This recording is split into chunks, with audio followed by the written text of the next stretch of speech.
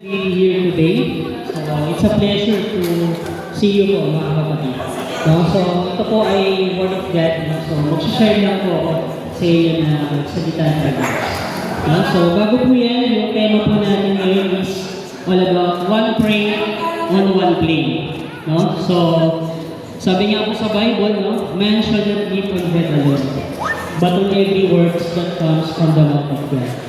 Okay? So, hindi lamang po sa tinapay nabubuhay ang tao, kundi sa bawat salitang namumutawi sa bibig ng Diyos. At ito po yung salita ng Diyos na aaralin po natin ngayong gabi. Okay? So, may dalawang bagay po ako tanong sa inyo mga kapatid. No? Dalawang bagay na sa palagay natin na nag-bless tayo. At ano yun? Yung isa is yung pinanganak ka sa mundo ito. No? At pangalawa, yung nalaman mo yung purpose mo kung bakit ka nandito, kung bakit ka nasa mundo, at yung plano ng Diyos sa buhay mo. Ano yun? Yun yung ibinigay niya sa atin na gift, at yun yung everlasting life. So, bakit? Paano natin matatagpuan si Jesus Christ at magkakaroon tayo ng buhay na walang hanggan? No? So, basahin po natin sa mga Bible apps po dyan. Pwede niyo po akong sundan. Sabi po sa John 3:16, "For God so loved the world that He gave His only begotten Son, that whosoever believes in Him should not perish, but have everlasting life." Mahal tayo ng Diyos, mga kapatid. May tanong ako sa iyo, naniniwala ka ba sa Diyos? Amen. Amen. Tinatanggap mo ba siya bilang iyong Diyos at sarili mong tagapagligtas? Amen. No? Mahal tayo ng Diyos, bakit? Sabi dito, sapagkat gayon na lang ang pag-ibig ng Diyos sa katamaran. No? Na ibinigay niya ang isa niyang bugtong na anak sa ito, si Jesus Christ. Para lahat ng mga sumasampalataya sa Kanya, lahat ng mga naniniwala sa Kanya ay hindi mapahamak. No? Sino po naniniwala? Hell is real.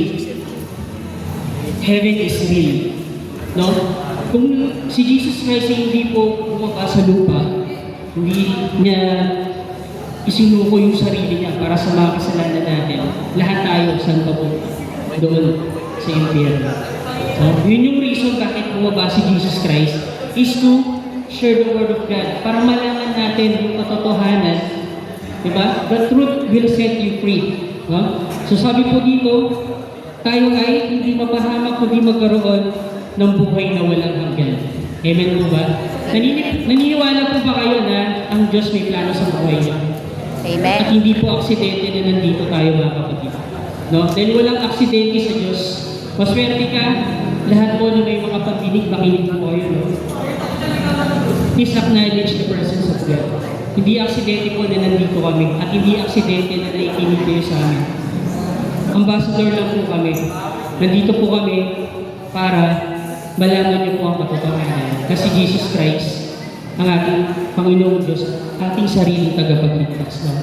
So sabi ko kanina, may plano ang Diyos sa buhay natin. Sabi ko sa Jeremiah 29:11, "For I know the plans I have for you, declares the Lord."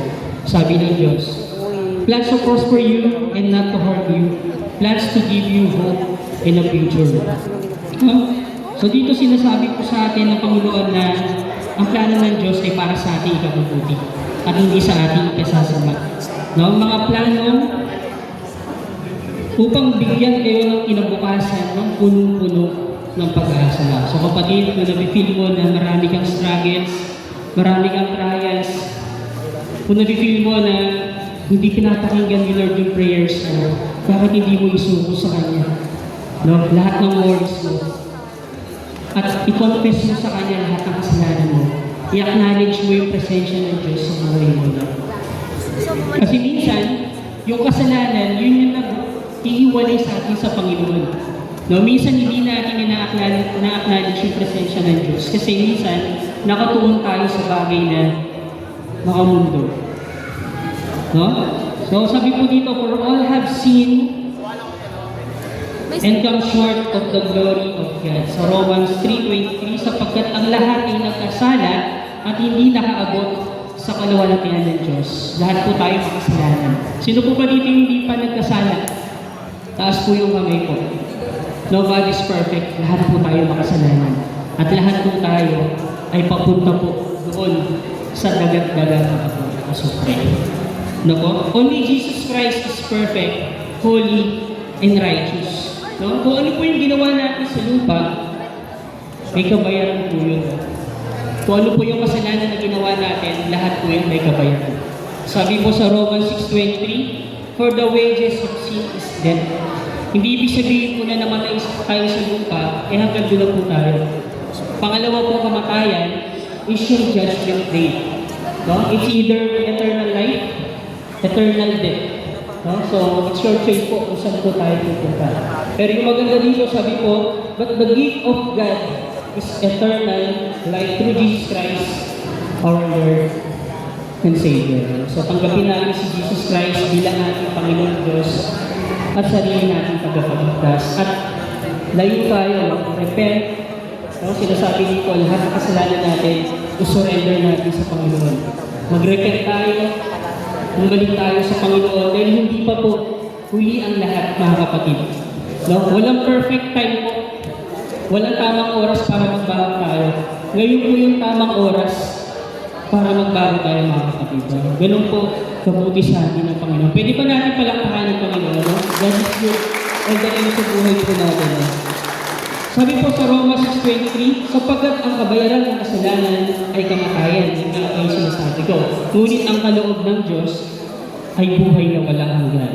Sundan ko po, no? So ito po, mga kapatid, sabi po sa Pahayag 21:8, ngunit sa mga duwag at sa mga walang pananampalataya at sa mga suklam-suklam at sa mga mamamatay tao at sa mga mapakiapi at sa mga mangkukulam at sa mga sumasamba sa mga Diyos-Diyosan at sa lahat ng mga sinungaling. Kung titingnan niyo po yung verse na yun, mga kapatid, simpleng bagay lang do, yung sinungaling na sinabi doon. Sino po ba dito yung hindi pa nakapagsinungaling? Lahat po nakapagsinungaling na.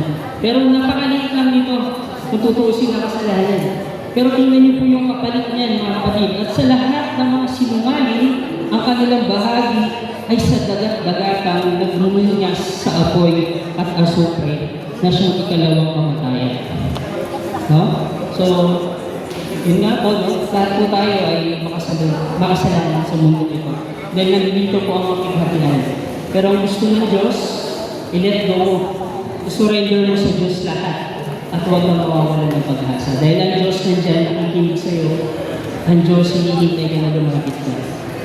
Amen? At walang makapagliligtas sa atin, tanging si Jesus Christ na. Sabi po sa John 14:6, I am the way, the truth, and the life. No one comes to the Father except through me. No? Ibig sabihin po, walang ilim yung binanggit kahit sarili mo hindi mo kaya niligtas.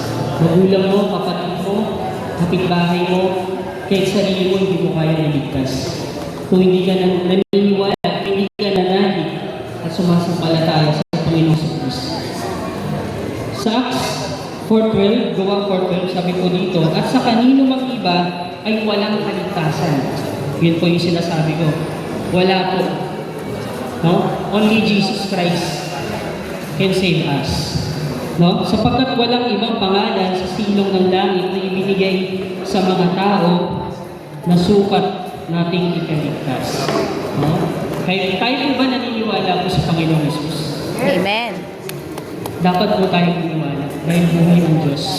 Pwede mo ba sabihin sa katabi kung buhay ang Diyos, may pag-asa ka? Buhay ang Diyos, may pag-asa ka. Amen. Amen. Sabi po sa 1 John 1:9, kung ipinahahayag natin ang ating mga kasalanan, siya ay tapat at banal na magpapatawad. Minsan kasi tayo, pag may malaki tayong kasalanan, ang ginagawa natin, nagsiselfie tayo. So, sabi niya po, kung hindi mo kayang isuntok, isigo, bakit hindi mo iluhod? Tumurin mo sa pamagitan ng panalangin. No? Kasi ang Diyos ay tapat. No? Ang Diyos ay nalibigin. Sabi po dito, siya ay tapat at banal na magpapatawad sa ating mga kasalanan at tayo nilinisin sa lahat ng kalikuhan.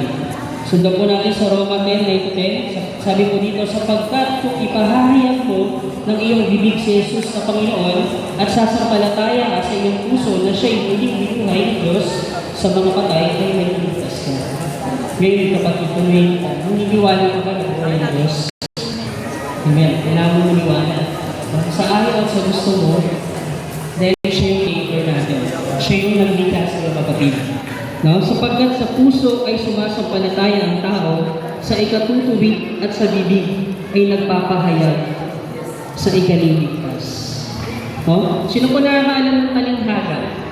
Si Jesus Christ yung pinakot po siya sa cross. Diba tatlo sila doon? Yung isa minak siya. Yung isa na magnanakaw. Ano sabi niya sa Panginoon kay Jesus Christ?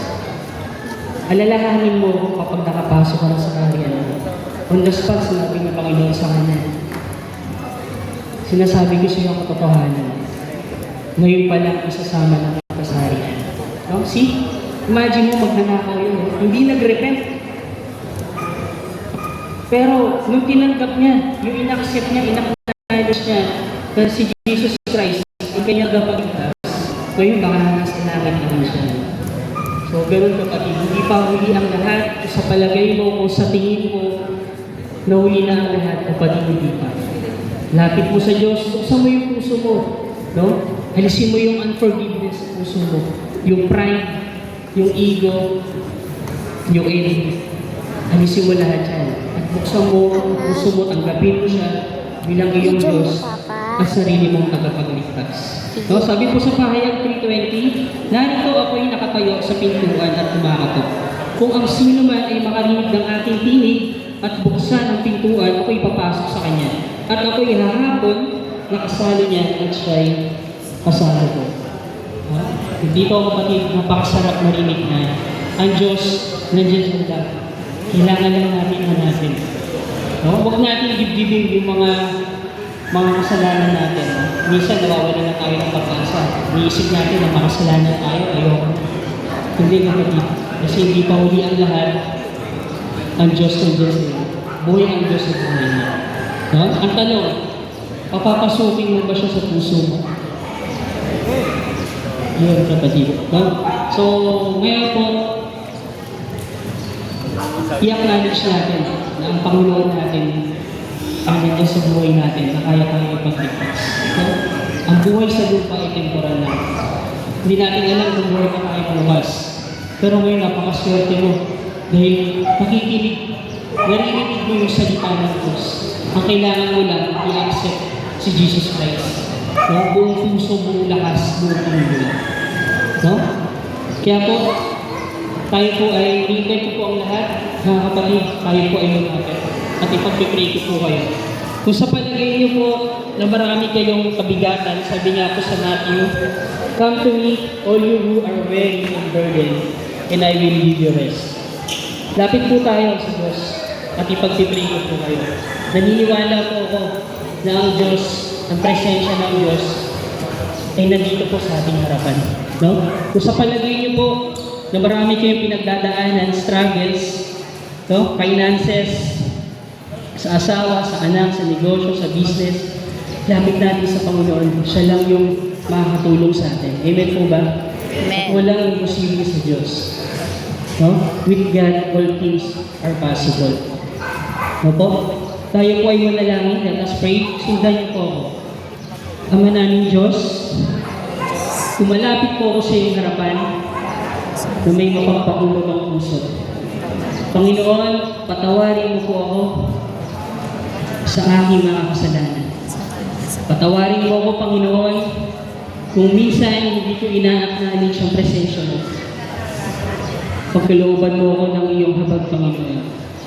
Ngayon, Lord, binubuksan ko ang aking puso, tinatanggap kita bilang aking Diyos at sarili kong tagapagligtas. Manahan ka sa aking Panginoon at maghari ka, Panginoon. At tawa ang kalooban mo ang masunod sa buhay ko.